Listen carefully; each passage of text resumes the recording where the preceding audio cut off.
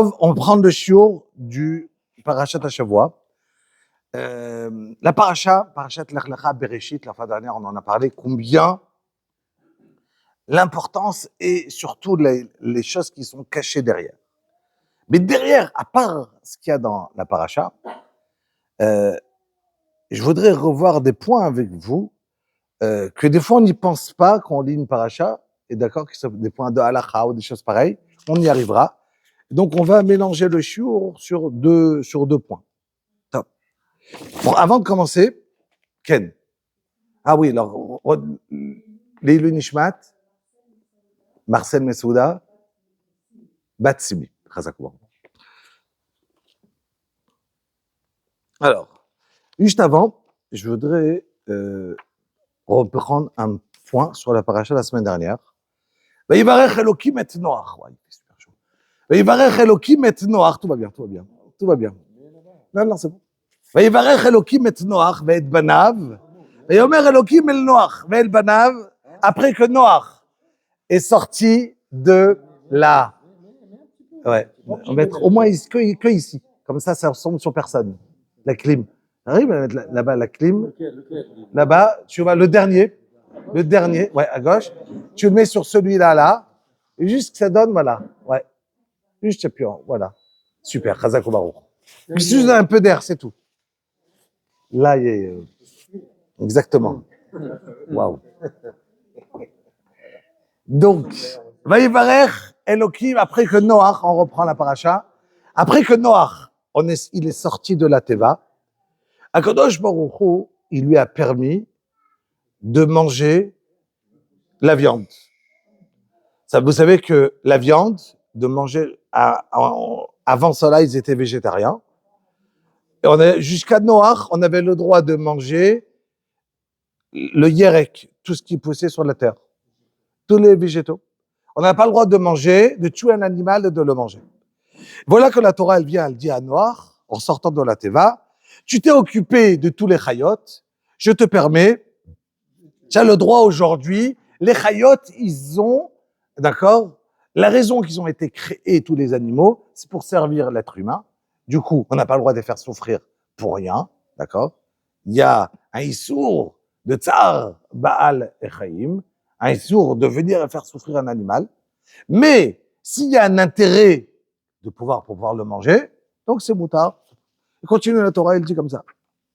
Ach basar benafsho, damo lo tochelu. Interdit de manger basar minachai. Ça veut dire de prendre un membre et de le manger. Je prends un membre sans la shrita, amputer un membre, d'accord? Ou bien, je prends juste un pied et je le mange. Ou bien de manger le sang. Est-ce que c'est moutard? C'est assaut. Maintenant, on en reparlera tout à l'heure plus tard. Comment Abraham Avinu, il a pu donner à boire du lait aux malachim qui ne savaient pas que c'était... Non, pas le lait. Le lait, c'est quoi? Pourquoi c'est moutard de boire du lait? D'où ça sort du lait? La vache, elle n'a pas été shritée encore. Donc, pourquoi ça serait moutard? C'est Zever Minachai. D'où ça vient en plus le lait? C'est du sang qui se transforme en lait, d'accord? Il y a il y a de la proctoline, d'accord? Qui va venir et qui va se transformer. Une vache, pour qu'elle fasse du lait, elle a besoin pour 1 litre de lait, elle a besoin de sa passe mamelle, 300 litres de sang. Pour 20 litres, c'est 6000 litres de sang qu'elle a besoin de tirer des éléments qu'il y a dans le sang pour faire du lait. Donc, le sang se transforme, comme ça rapporte la Gemara, quand même. La Gemara rapporte. Donc, la Gemara va chercher pourquoi le lait, il est moutard de boire. Parce que le lait, ça sort de où? Alors, déjà, c'est du sang. D'accord. Et donc, la Gemara va poser la question, pourquoi on aurait le droit de manger ces Ever Minachai? Ça veut dire, et en plus, tout ce qui sort de quelque chose qui est assourd, est assourd. C'est ce que j'ai le droit de prendre l'œuf d'une autruche, par exemple. Pourquoi? Parce que l'autruche, elle est assourd. Donc, tout ce qui sort du assourd est assourd. On est d'accord? Ça veut dire, tout ce qui va sortir de quelque chose qui est interdit, va être interdit. J'ai le droit de prendre un œuf seulement d'un animal cachère. Mais maintenant, pourquoi j'ai le droit de prendre l'œuf lui-même? Du miel, parce que ça ne rentre pas dans le gosier de le truc, c'est extérieur.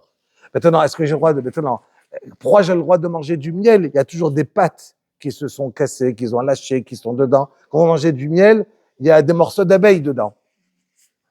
Prenez un bon apiculteur où il vous donne le miel, vous allez toujours retrouver des morceaux parce que ça colle un petit peu le miel, et des fois il lâche un petit peu des... Ouais, c'est pour ça que c'est moutard, parce qu'il ne le rentre pas dedans. D'accord? Quand on mange du miel? Non, parce que c'est noten tam livgam. C'est alachik.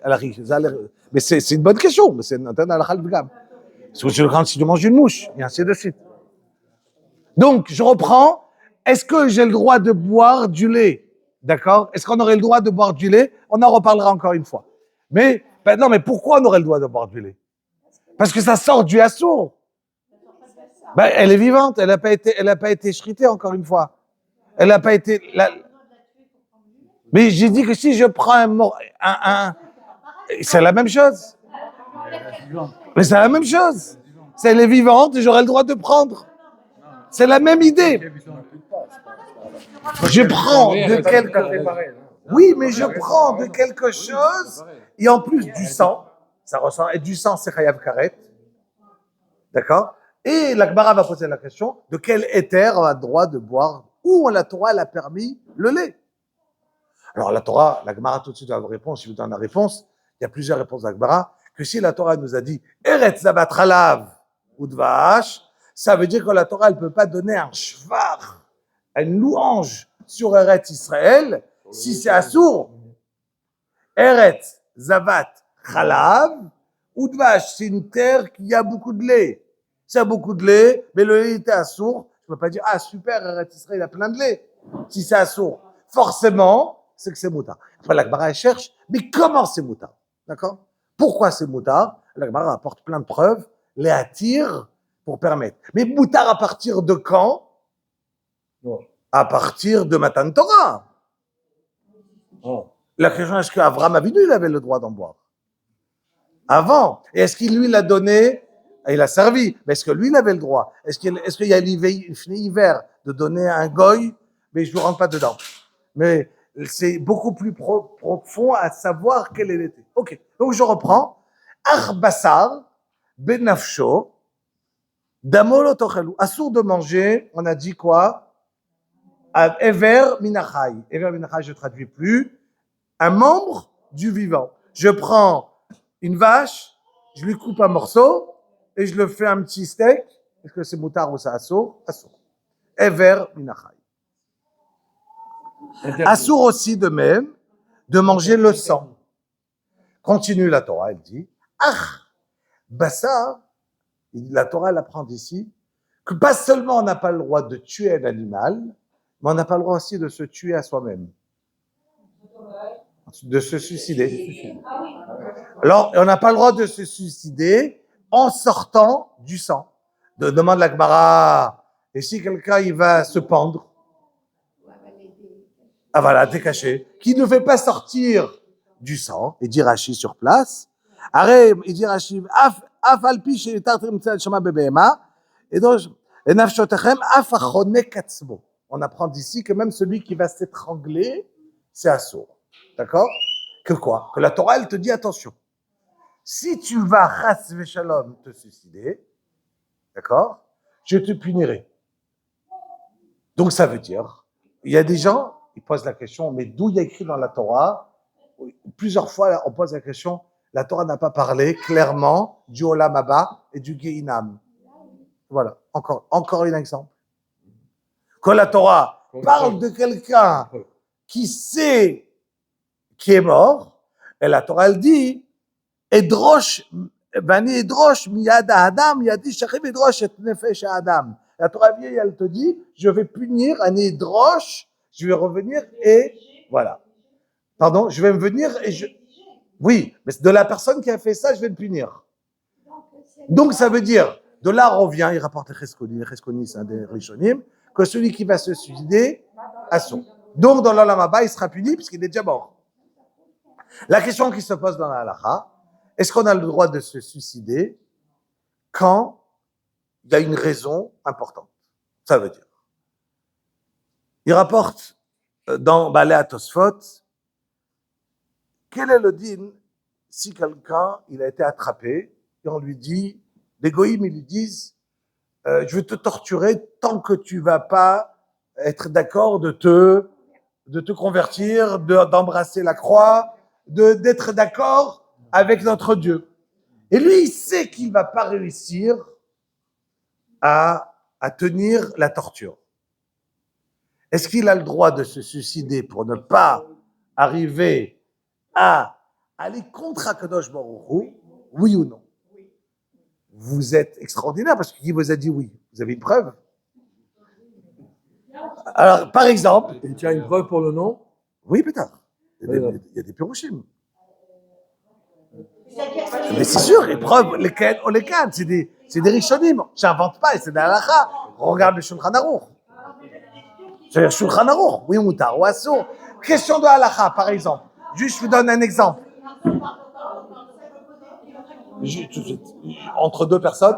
Allez, allez-y.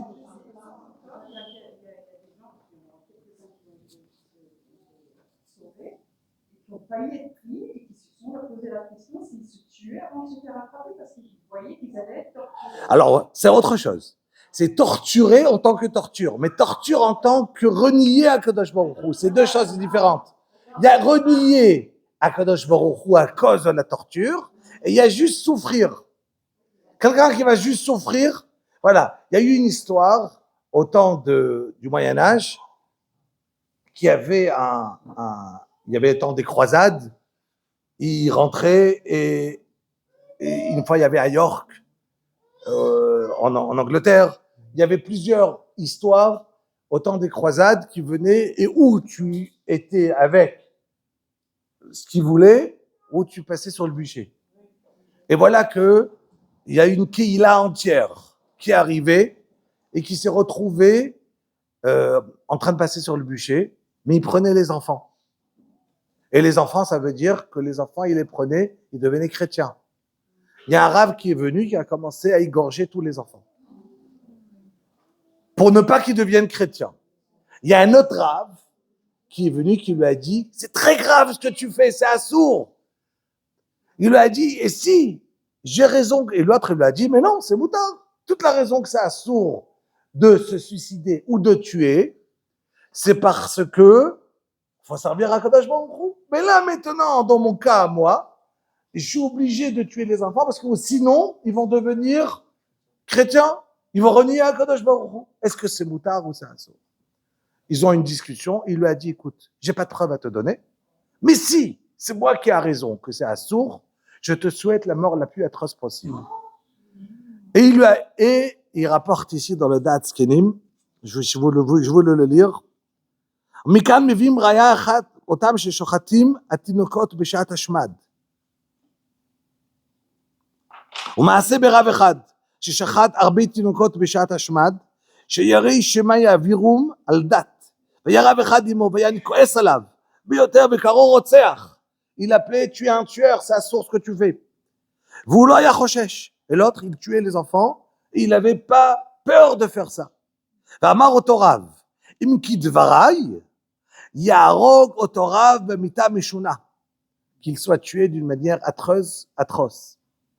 V'char kach haya, shetavsu goyim, v'ayu poshtim oro, v'notnim chol ben haor ve'habasar, v'achar kach nitbatla hagzera, v'im lo shachat otam, hatinokot hayu nitzolim. Ça veut dire que ils l'ont attrapé ce rave, ils lui ont enlevé sa peau, ils lui mettaient du chol, du sable entre sa chair et la peau. Il a souffert atroce quand il est mort. Et entre-temps, la xéra, ça veut dire que les croisades, ils sont partis, ça s'est arrêté. Et s'il n'avait pas tué, tous ses enfants auraient été sauvés. Il les a tués pour rien. Question maintenant dans la halakha. D'une histoire, on n'amène pas la halakha. Moutar ou assour. Est-ce qu'on a le droit? les grands suicides qu'on connaît, c'est Hanania, Michel, Vazaria, par exemple, qui se sont mis à mort. Est-ce qu'on a le droit, oui ou non? Ah, ils se sont mis à mort, c'était des Nevi'im, mais ils n'ont pas, eux, suicidé, ils ont été d'accord qu'on les tue. Et à la fin, ils ont été sauvés. Mais ce n'est pas eux qui se sont mis à mort. Qui s'est mis à mort, que vous connaissez? Des grands. Je parle des personnes qui ont été Shaoul Ameler. Qui a dit? Shaoul, bravo. Shaoul ben Kish. Quelle était la raison qu'il s'est mis, lui, à mort? D'accord? Il s'est tombé sur son épée. Il y avait les Plishtim qui arrivaient. Khazal pose la question sur place. Pourquoi c'était moutard? Pour lui, oui ou non? Discutable. Il y a écrit dans la Gemara, il y avait Rav Ashi Bar Chia. La Gemara dit, il y avait une histoire. Il y avait un grand Rav qui tous les jours priait à Kadosh Baruch Hu de le sauver de Yetzer Hara. Et un jour, il a cru, sans raconter les détails de l'histoire, il a cru qu'il a fait une avéra. Mais il s'est trompé, il l'avait pas fait. Il a cru qu'il avait vu une femme, c'était sa femme. D'accord? Et sa femme, elle vient lui dire, sa femme, elle rentre chez lui à la maison, il rentre dans le four allumé avec les braises pour se brûler. Elle lui dit, mais qu'est-ce que tu fais? J'ai fait une avéra. Et je veux faire tchouva, je me fais brûler. Elle lui dit, mais c'était moi. Il est ressorti, et à la fin, il est mort quand même, parce qu'il s'est brûlé. Est-ce qu'on a le droit? On a un sourd, qui est chandala halacha.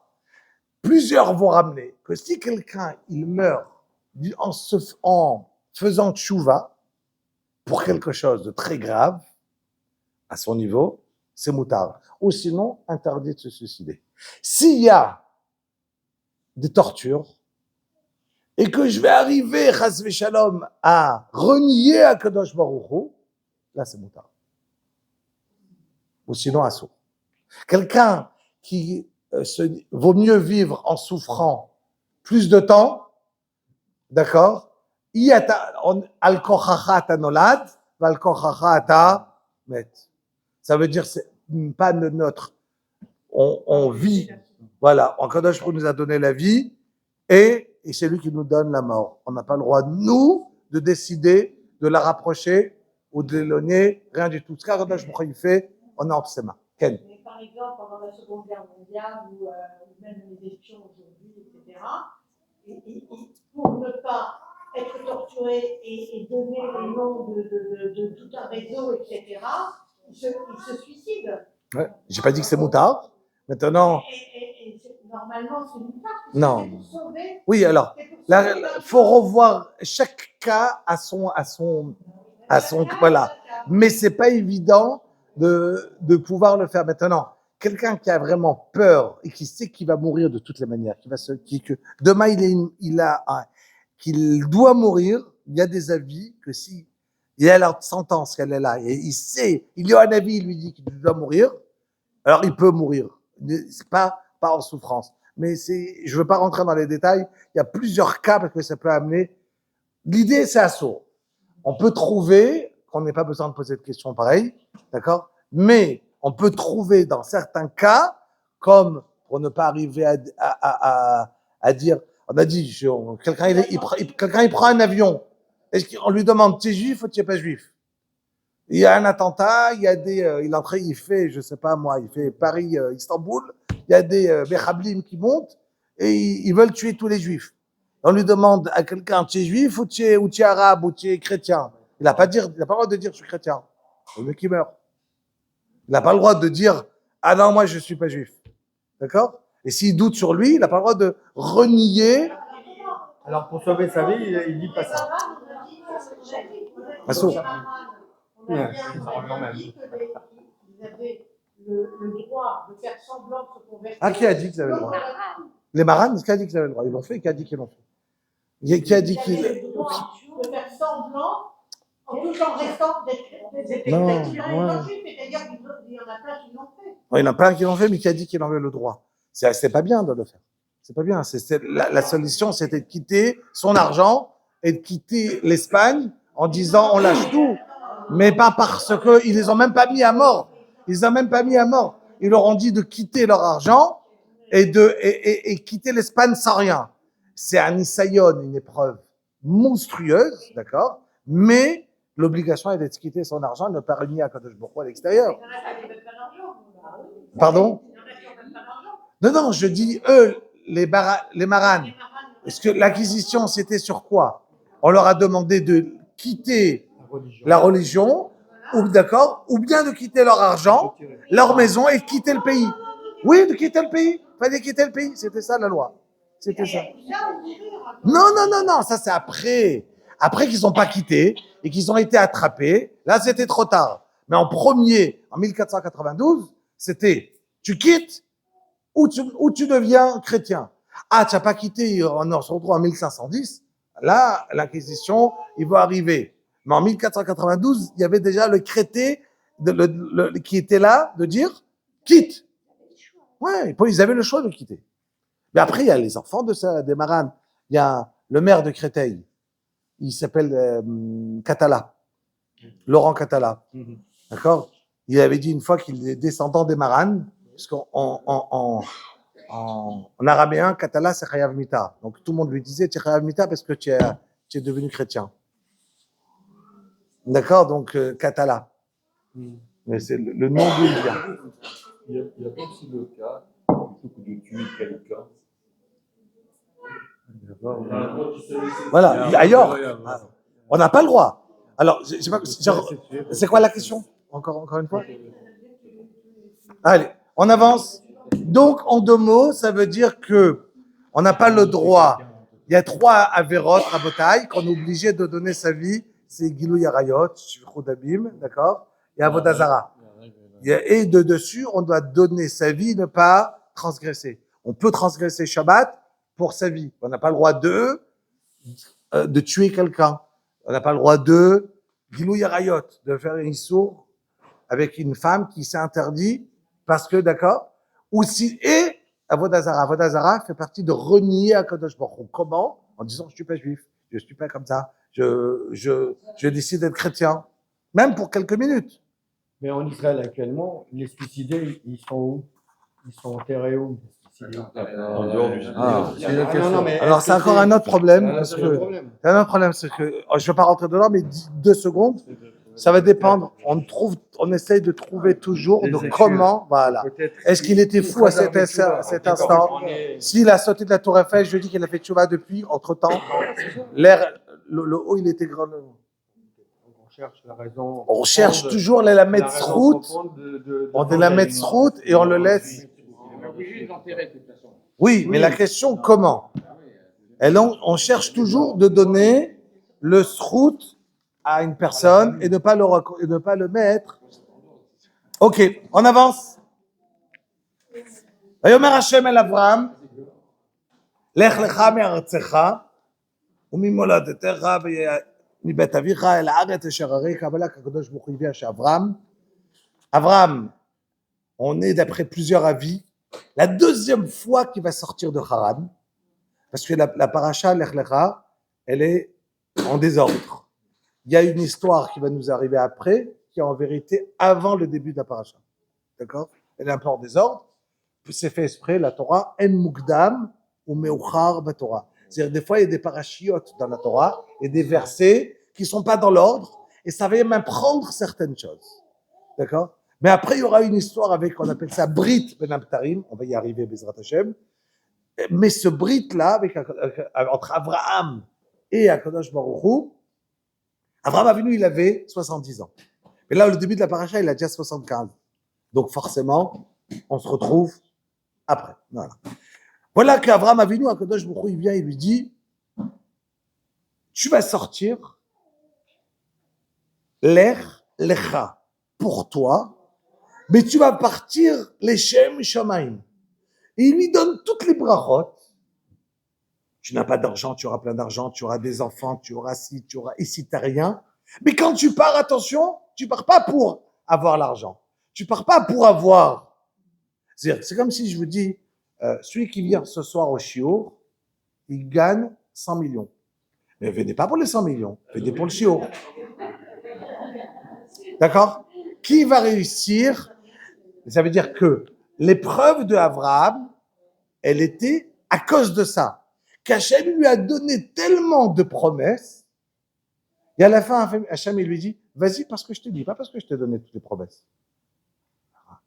C'est très, très, très, très, très dur. Je vous dis, venez au Chiour, et je te donne 100 millions, mais viens les Shem Shamaim. Surtout pas pour l'argent. À notre niveau, c'est impossible. Et Abraham, c'était ça. L'ech lecha. Et tu vas partir, et tu auras des enfants, et tu auras plein d'argent, et tu seras grand, et tu auras les Shem Shamaim. On sait très bien que la solution à tout, à notre niveau, c'est faire ce qu'on peut les Shem Shamaim. Toujours.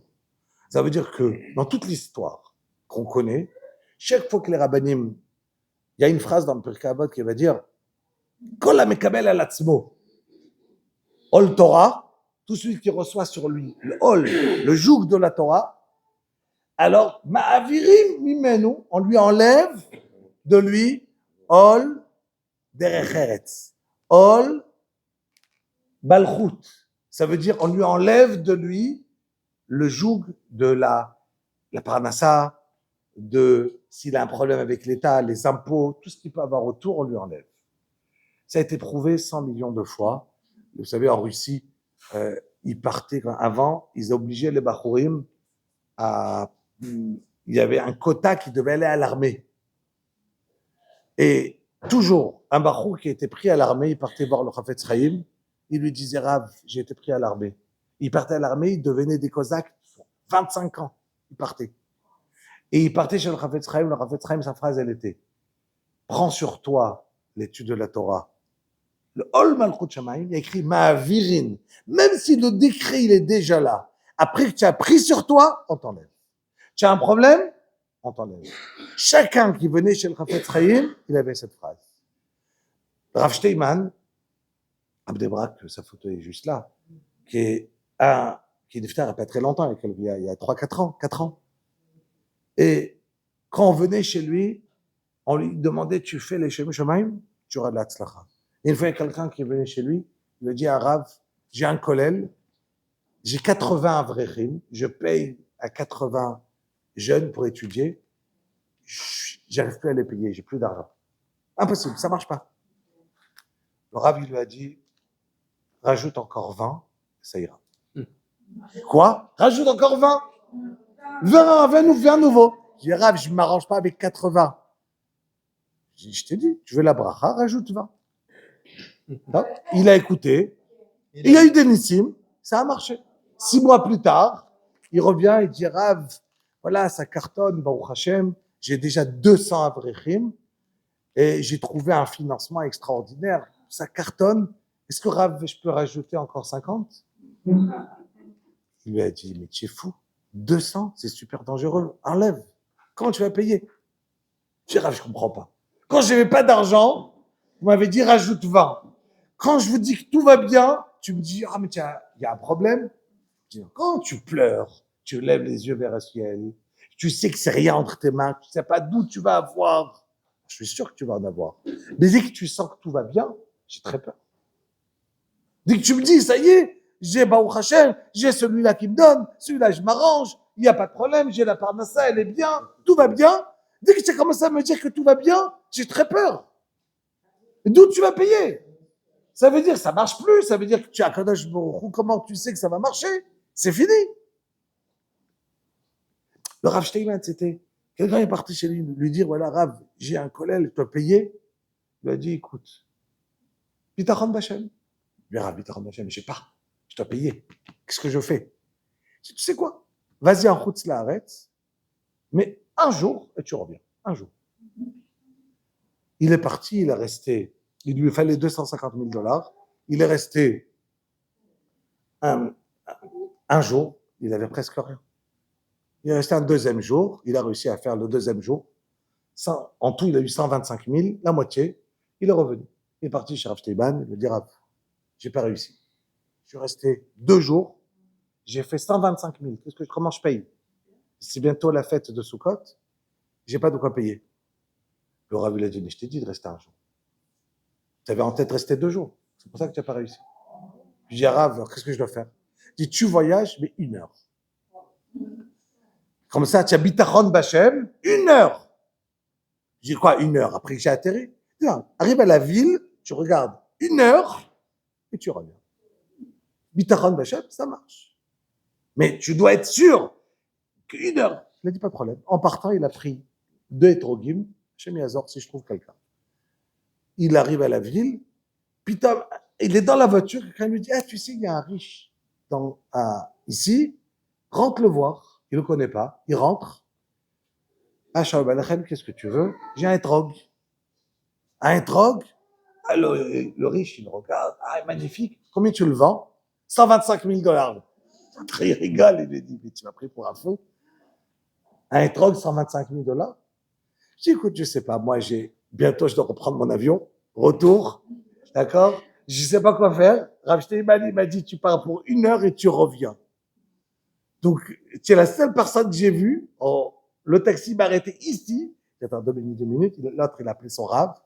Il dit, mais tu rends compte le srout que tu as? Rav Steinman, il t'a donné une bracha d'arrivée. Donne, paye, tu es drogue et libère-le. Qu'il rate pas son avion. Il lui a donné 125 000, il est reparti. Ça veut dire que quelqu'un qui a son bitachon en Hachem, des fois Hachem, il te donne, mais tout de suite. Mais quand tu crois que tu t'arranges, ça marche pas. Quand tu crois que tu as tout ce qui est autour, là, les problèmes, ils arrivent. Quelqu'un qui n'a pas quelqu'un qui n'a pas du tout d'histoire, de trucs là, c'est mâchoire. Top. On avance. Voilà que, comme je disais, Avraham Avinu, il a son histoire avec sa femme, tout le monde la connaît, est très belle, et il a une histoire aussi avec Lot. Lot, vous connaissez, c'est qui Lot? Le neveu d'Abraham, le frère de Sarah. Ok. Donc, il y a Haran, donc Haran, tout le monde se rappelle comment il est mort. Haran, il est mort à la fin, donc le frère d'Abraham. Quand il y a Nimrod qui a dit à Abraham de rentrer dans le feu, d'accord, d'être avec le truc, il a dit je te mets dans le feu. Il a demandé à son frère Haran, est-ce que toi tu crois aussi à Hachem? Il a dit attendez, je vais voir. Si mon frère tout se passe bien, j'y crois. Abraham il est rentré dans le feu, il est resté vivant. Lui il est rentré, il est mort. Donc Haran il est mort. Abraham Avinu s'occupait de son neveu de Lot. Abraham il avait, vous imaginez, une yeshiva. Il donnait shiur. Mais il donnait quoi comme shiur dans cette yeshiva? Il enseignait quoi? Il n'y a pas encore la Torah. Donc Abraham Avinu connaissait la Torah, mais il allait enseigner. Je vous pose une autre question. Mais je reste 2 minutes dans la question parce que c'est comme j'ai dit, je vais juste vous embrouiller avec la question. Abraham Avinu, il était un juif ou il était goy? Goy? Il avait un digne de juif ou un digne de goy? De juif? Non, ça veut dire, quand je regarde la halakha, Abraham Avinu, je lui donne la halakha d'un goy, de Ben Noach, ou je lui donne la halakha d'un juif? Mais ça veut dire, et c'est quoi la nafkamina, par exemple? D'accord, je vous donne un exemple. Écrit sur la Torah que Kadosh Baruch Hu lui a donné Eretz Israël. Par exemple. Il a donné, comme il a écrit dans la Torah, vas-y, marche en Eretz Israël du sud au nord elle dit la Gemara que ça s'appelle Kinyan Chazaka. Kinyan, c'est-à-dire quand Kadosh Baruch Hu il a donné quelque chose, il y a besoin de faire un kinyan. C'est quoi un kinyan? Une acquisition. Je vais acquérir. Vous vous rappelez, je vous l'ai dit plusieurs fois, si je veux acheter cette Gemara, je vais la soulever. Si je dois acheter un éléphant, je ne peux pas le soulever, je le tire. Quand j'achète une maison, Naal Gadar ou Parat, je ferme, j'enlève un verrou, ça s'appelle un kinyan de la maison. Comment j'achète une femme? D'accord? Kiddushin, c'est Rat Mukodeshet, Betabat Zou. Avec la tabaat, j'achète, je vais acheter, faire kinyan d'une femme. D'accord? Donc chaque chose, ça a son kinyan de. Comment Abraham Avinu il a acquis Aret Israël? Chazaka. Le problème de ce kinyan-là, il dit le Rambam, c'est que ça ne marche pas pour Ben Noach, que pour Am Israël, un juif. Maintenant, la question, il dit le Ramban, Est-ce qu'Abraham Avinu, il avait un din? Voilà, est-ce que, voilà. Nous, aujourd'hui, quand quelqu'un, il se marie, imaginez, il y a un non-juif qui va se marier avec une juive. D'accord? L'enfant, il est quoi? Juif ou pas juif? Pourquoi? Parce que je vais d'après, à partir de Matan Torah. Avant Matan Torah, c'était quoi? Ben Noach, à partir du père. Maintenant, qu'est-ce que je donne à la famille? Les Mishpechotam, les Bet Avotam. Je m'appelle Lévi, Cohen ou Israël en fonction du père. Donc, la Mishpacha, c'est en fonction du père. Le judaïsme, c'est en fonction de la mère. Ça, c'était à partir de Matan Torah. La question se pose avant Matan Torah. D'accord? Si maintenant, il y avait dans la Torah, il y avait un Égyptien qui a eu une relation avec une juive, etc. Et il y a eu dessus un juif, un qui est né. Il avait un digne de juif ou pas? Question dans la... Quand il est né. C'était en Égypte, ça. En Égypte. Donc après Matan Torah. Avant Matan Torah. Voilà. Question, maintenant, question dans les Rishonim, dont le Ramban. Quel était le din d'Avraham Avinu? Est-ce que lui, il avait un din? Est-ce qu'il y avait un din qu'il a dû convertir sa femme pour se marier avec elle? Est-ce que Yitzhak, il a dû convertir Rivka? Ou ils étaient tous la même chose? Est-ce qu'il y avait une conversion? Il n'y avait pas de conversion. Mais vous ne pouvez pas répondre, parce que pour répondre, il faut connaître. Il faut amener des preuves. Vous ne savez pas, c'est pas, je ressens. Vous comprenez ce que je veux dire? C'est comme si je vais vous dire un truc nucléaire et vous allez me dire, ah, je crois que c'est ce bouton. Je vous dis que ce bouton, peut-être c'est l'autre. Ça ne veut rien dire. Oui, mais est-ce qu'Abraham Avinu, du moment qu'il a fait la Brit Mila, Akadosh Hu lui a donné à lui un digne de juif? Par exemple, un goy. Est-ce que ça existe la shrita pour un goy? Non. Non, ça n'existe pas. Donc la shrita, elle est que pour nous. Mais après que j'ai fait la shrita, l'animal, il est kasher?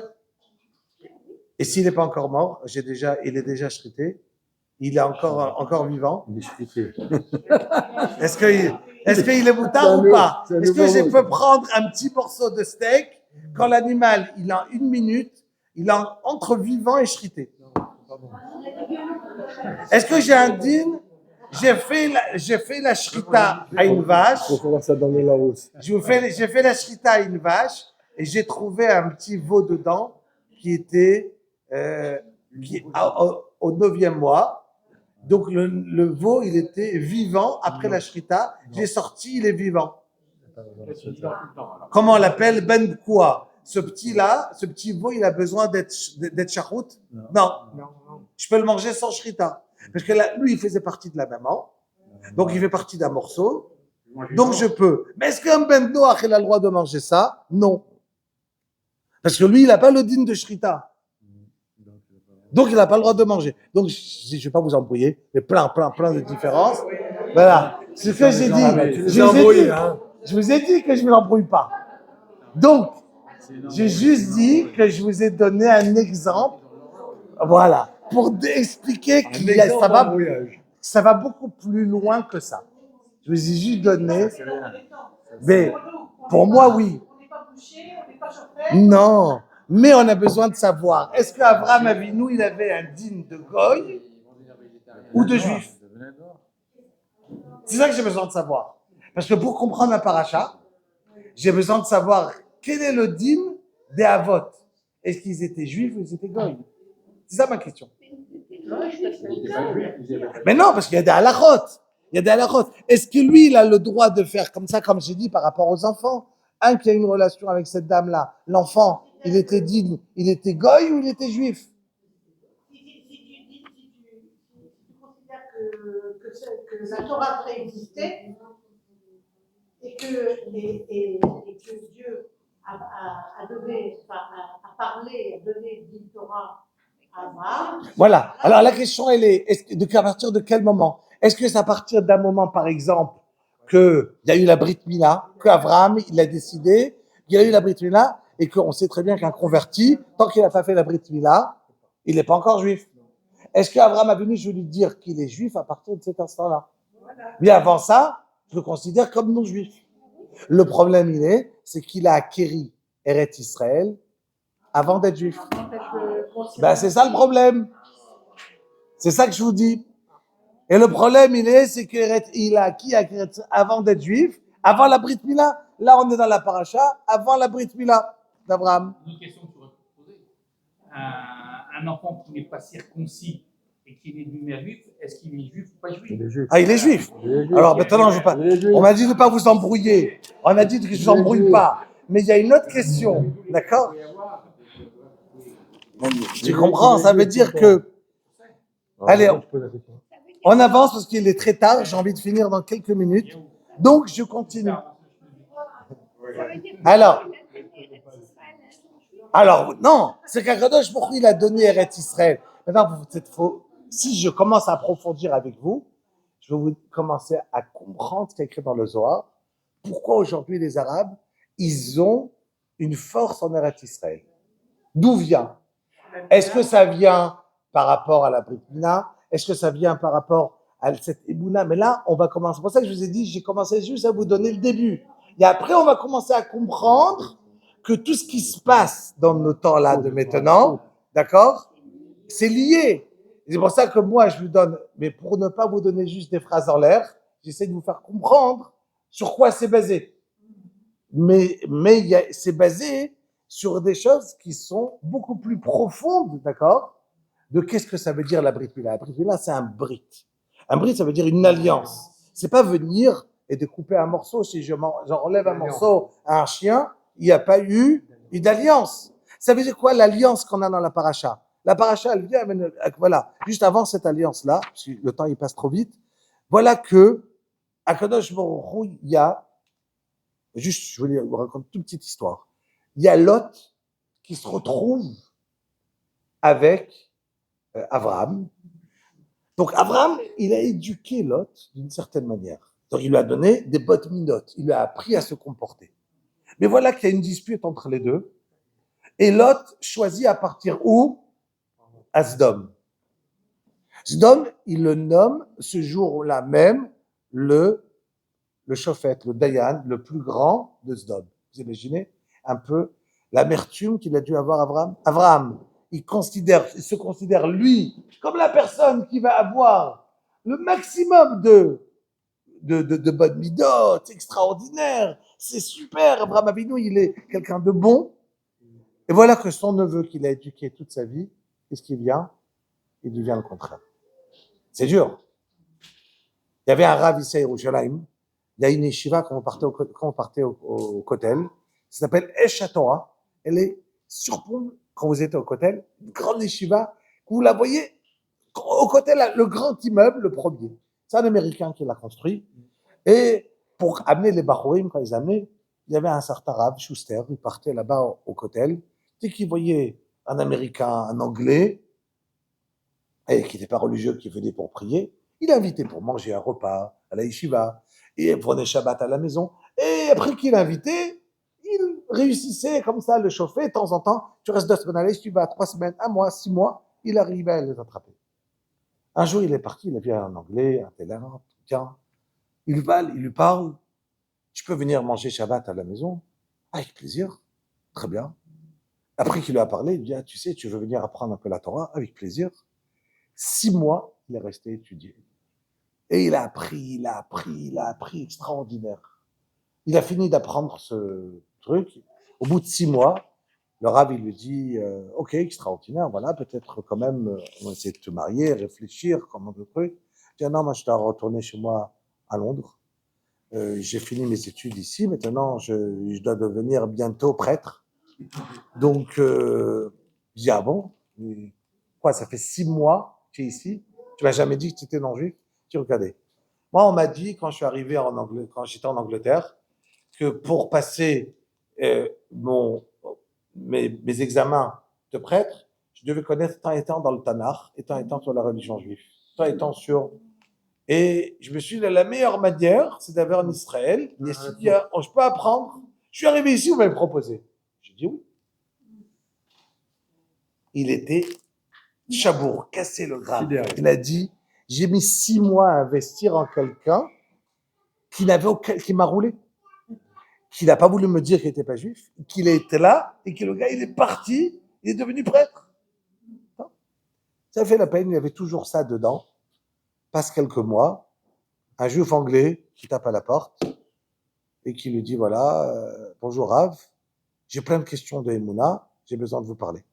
Je dis, ah bon, comment tu arrives ici? Je dis, voilà, moi je suis à l'université en Angleterre et je suis un peu rebelle, j'ai plein de questions. Je suis parti voir le recteur, je sais pas comment le truc. Il m'a dit, écoute, il y a un jeune prêtre ici qui est bien calé en questions, intelligent, vas-y le voir.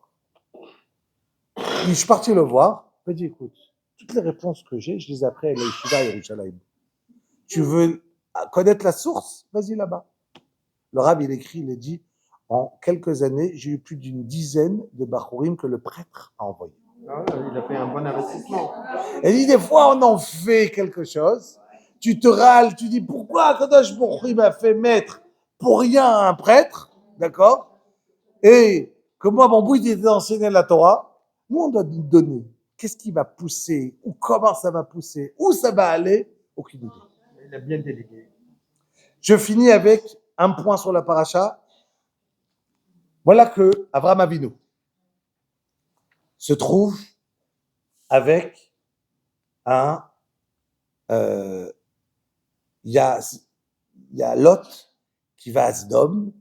Il y avait la guerre, il y avait 4 rois, 5 rois, et voilà qu'il y a une guerre entre eux, et le roi de Sdom et toutes les personnes se font prendre, piéger, et Avraham Avinu récupère toute, vient, on lui l'apprend, je le fais en vite parce que tout le monde connaît l'histoire, que Lot a été pris en captivité, il part entre lui et 318 personnes, Chazal disent que Eliezer, que son Eliezer, que d'après beaucoup d'avis, c'était le petit-fils de Nimrod. Pas d'après tout le monde, d'accord? Mais c'était le petit-fils de Nimrod qui a voulu tuer Abraham. Et voilà que il vient, il lui dit comme ça cette phrase. Alors le Meler Sdom, il lui dit, Vayomer Meler Sdom el Abraham, Teni nefesh, rends-moi toutes les personnes que tu as sauvées et tout ce que l'argent que tu as récupéré, qui nous avait volé les rois, d'accord? Les 4 rois qui sont venus contre nous, tu peux la garder. Abraham, il lui répond comme ça. D'abord, Vayomer Abraham, El Melech Sdom, Arimoti yadi el Hashem, kel elyon kone shamayim va'aretz. Im michut ve'ad sror na'al. Si depuis un fil jusqu'à un lacet de pied, je ne devais pas te prendre. Velotomar, ani esharti et Abraham, tu diras pas, c'est moi qui a rendu riche Abraham, moi la bracha, je le reçois d'Hachem. Par cette phrase-là qu'il a dit à Abraham, nous on a reçu 2 mitzvot. La mitzvot tzitzit, le trelet, qu'on met dans le trelet dans les tzitzit, et on a reçu la mitzvah de les tfilin. De la même mitzvah qu'on a les tfilin, qu'on a, parce qu'Abraham Avinu, il a dit cette phrase, pour comprendre. Et là, je vous donne une règle générale, que de là, elle est pour toute la Torah. Il y a un klal qui s'appelle Maaseh Avot Siman Labanim. Ça veut dire Siman Labanim. Un acte que nos pères ont fait, Avraham, Yitzhak et Yaakov, c'est en vérité un siman, c'est un signe pour nous. Mais c'est pas seulement un signe. Ça veut dire que jusqu'à aujourd'hui, on a la Brit Mila dans tout le klal Israël, 98% des Juifs font la Brit Mila. Pourquoi? Avraham Avinu l'a pris Bessimcha, il a pris, même des gens pas religieux vont faire la Brit Mila. Pourquoi? Peu de personnes ne le font pas. Il y en a qui ne le font pas. Peu de personnes ne le font pas. Se donner, mourir avec le mot Shema Israël Hashem Elokeinu et se donner pour HaKadosh Baruch Hu. La fois dernière, je il me semble que tout le monde peut entendre ces milliers d'histoires de personnes qui n'étaient pas religieux du tout, qui étaient à Auschwitz. En dernière seconde, c'était Shema Israël. Dernièrement, le 7 octobre, Simchat Torah, ils étaient en train de danser pendant Shabbat, de Simchat Torah, donc pas religieux. Ils hurlaient quoi? Shema Israël. Ça veut dire, mais comment une personne, à la dernière seconde, quelqu'un qui n'est pas religieux, qui ne pense pas à Hachem, comment ça lui passe à cet instant-là de crier Shema Israël, Hachem Elokeinu? La neshama d'un juif, elle est d'accord de donner sa vie, ça vient d'Avraham Avinu. Maaseh Avot, Siman Labadim. Toutes les parachiotes de l'Ech Lecha, de qui va se passer avec Vayera, avec Yitzhak, les disputes avec les puits. Ça m'intéresse, une dispute avec les puits. Voilà, Avraham, Yitzhak, il est parti, il s'est disputé sur ce puits. C'est en vérité des histoires qui se répercutent à nous aujourd'hui. Le Beth Amikdash, c'est un puits. Le troisième Beth Amikdash, c'est le troisième puits. Comme ça, il explique les Mefarshim. Chaque chose se répercute pour nous en fonction de comment ça s'est passé dans la paracha. Donc, plus je vais comprendre qu'est-ce que nos avot, ça s'est passé avec eux, et plus je vais comprendre qu'est-ce qui va se passer avec moi. Parce qu'on appelle ça Maaseh Av. Donc, Akadosh Baruch Hu, il est parti, il a demandé à Abraham, tu vas aller ici, tu vas faire ça. Pourquoi? Pas pour toi, pour tes enfants. Ça, pour tes enfants. Ça, pour tes enfants. C'est-à-dire, il a fait des actions qui ont été pour les enfants. Et ça, c'est très, très, très important. Et pour ça que je vous dis que même nous, jusqu'à aujourd'hui, pourquoi on va mettre la chaussure droite en premier, je ne la ferme pas les lacets, après je mets la gauche, je ferme, et après je vais à la droite. Pourquoi je fais ça tous les matins quand je me lève? Parce qu'Avraham Avinu, il a dit Srochnal. Et Srochnal, je prends des tefilines. Et tefilines, c'est avec la kshira. Ah, alors la gauche du pied. Waouh! Jusqu'à où c'est parti? D'une phrase de Abraham, comment je m'habille le matin. Et là, c'est écrit dans la halakha. Comment je dois mettre mes chaussures chaque matin? De la phrase de Abraham. Vous réalisez un petit peu jusqu'à où ça part, Avraham Avinu, et d'où ça vient, et comment tout est kadosh, et tous les minagim du clan d'Israël, et toute la halachot, ils sont basés, comme j'ai dit, je vous ai donné la première, on peut approfondir dans chaque détail, mais c'est pas pour embrouiller, donc merci. J'essaye de rester en bas. Mais en vérité, il y a beaucoup à avancer dans chaque détail. Et si vous voulez, après le shiur, je vous embrouille un petit peu.